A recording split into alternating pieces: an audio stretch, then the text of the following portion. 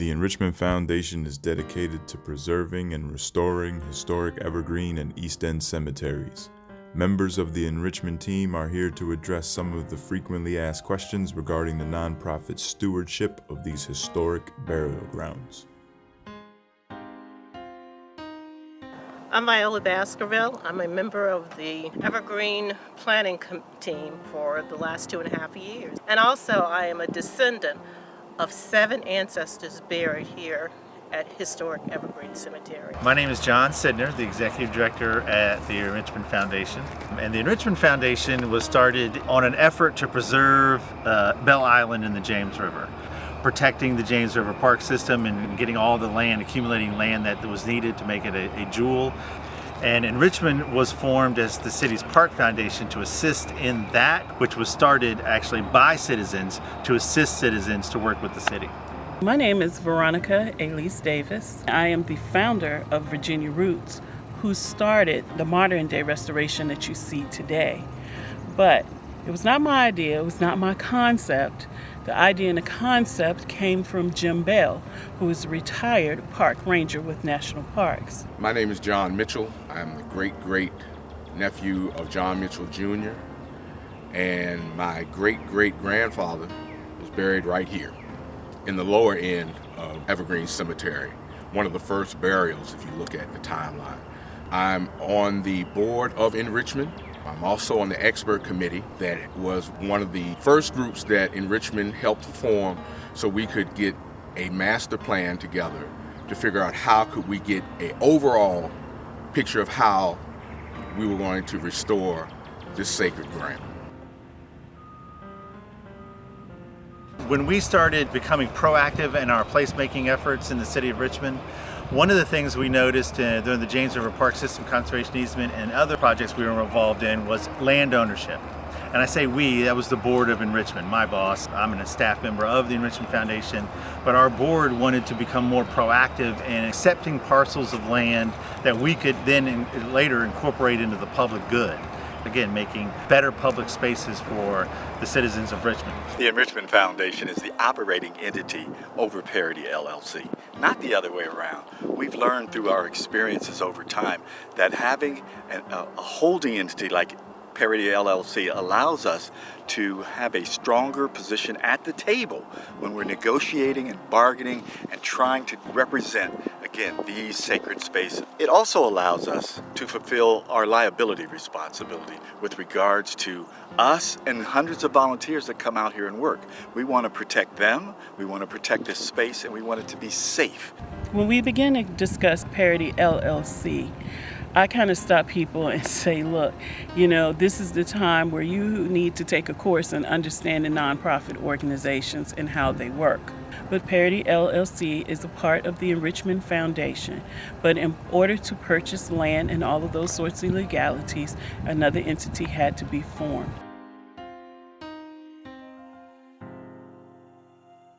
The Enrichmond Foundation, the Ensbingers family, which owned the cemeteries, had developed a close relationship after many years.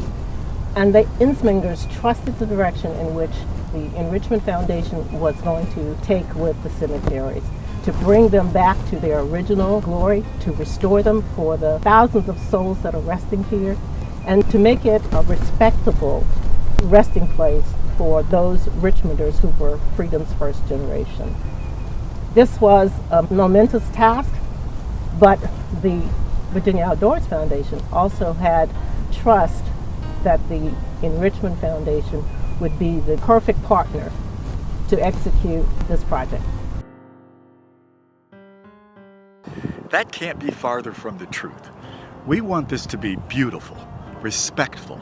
We want it to be a place that family members are welcome to come and spend time with their family members, reflecting on the legacies of their lives and their families' lives.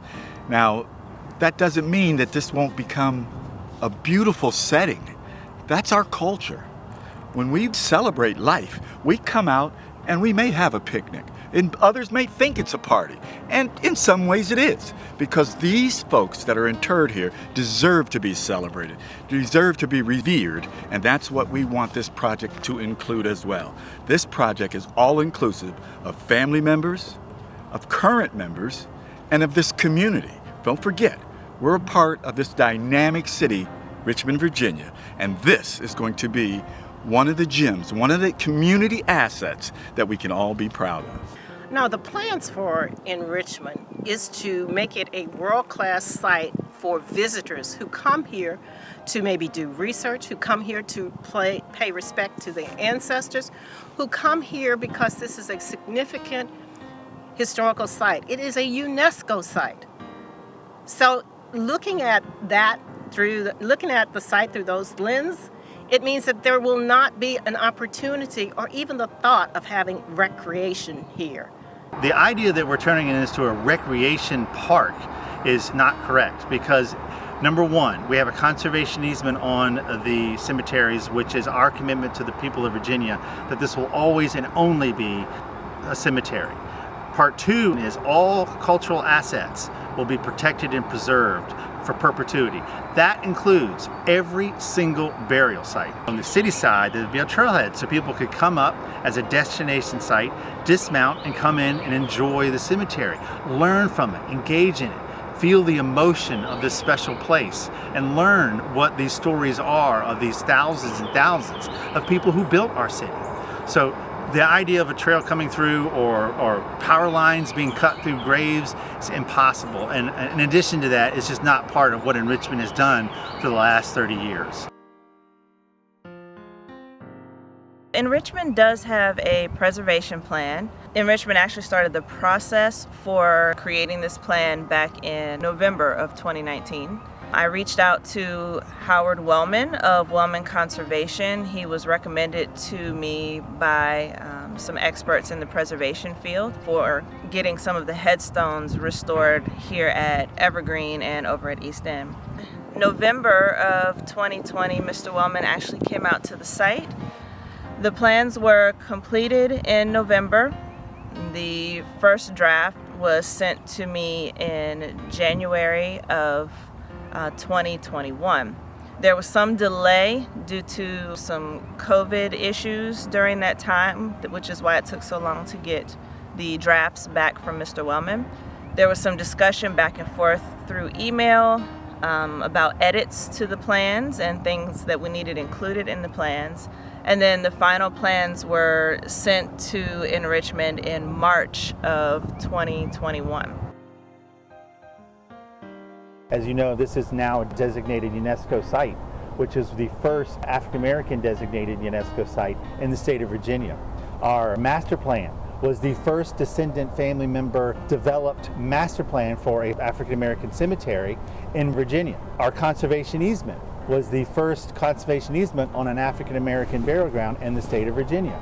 All of these things are preserving and protecting these sites so descendant family members can re-engage, come back into the sacred grounds, and then they will develop our interpretive plan, which is a plan that brings in the community, tells the story, because again, it is not Enrichmond's story. It is our descendant family members' story, their passion, their beliefs. That's what we want the space to speak to the folks who come and visit. At no time did the Enrichmond Foundation ask or tell anyone that they have to leave these properties. We have, on the other hand, put ourselves in a position to protect this. We have liability responsibilities. We want to make sure that this is done well and it's done right and that people are safe. This was an extremely overgrown area when we first started this project. And now, take a look. It's definitely progress being made. I see it every time I'm here, and I appreciate each and every one of the volunteers that come out and make this possible. There was a question about volunteer forms, and yes, we had to develop a volunteer form, so again, for liability purposes and for contacting purposes. That was not in any way should be construed as we don't want people or they're not welcome here. In July of 2020, one of our staff members who was doing our due diligence every week, and he discovered some remains in a ravine that were exposed. Police were called in to investigate the remains to see if it was a relevant crime scene or a current crime scene. They even brought in some forensics experts and determined it was not recent, that this was definitely an historic site but not a crime site. We immediately brought in DHR as soon as they could, which was the next day or a day and a half later, and they exhumed the remains so we could keep them protected. What happened was, as a reporter there had stopped by to do a story on some vandalism, and then they walked over to where the remains were found before the police had arrived or DHR came. During the exit, the reporter took some photographs of it that our staff member was unaware of. And we found out that when those photos were then not only taken but were put up on the web, we called the station and asked them to remove them, and they complied, and we appreciated that. From the very beginning, Enrichmond has asked for community involvement. That's how I got on board. As a descendant family member, I am involved. I'm keeping my eye on what's going on. It's not how do they plan to do it, they've done it all along. I mean, you have one of the most notables, Viola Baskerville. You have John Mitchell Jr. So I'm trying to understand, why are we saying to plan when this is something that's been done all along? The Enrichmond Foundation has been very deliberate in including descendant families as well as the general public in all of the restoration activities, planning, every aspect of these properties, and we will continue to do that.